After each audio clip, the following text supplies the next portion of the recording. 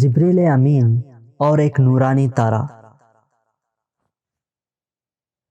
ایک مرتبہ حضور صلی اللہ علیہ وسلم نے حضرت جبریل امین علیہ السلام سے دریافت فرمایا کہ اے جبریل، تمہاری عمر کتنی ہے؟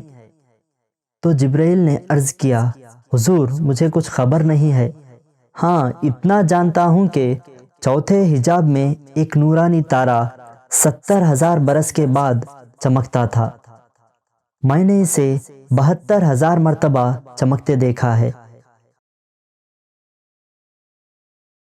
حضور علیہ السلام نے یہ سن کر فرمایا، میرے رب کی عزت کی قسم، میں ہی وہ نورانی تارا ہوں۔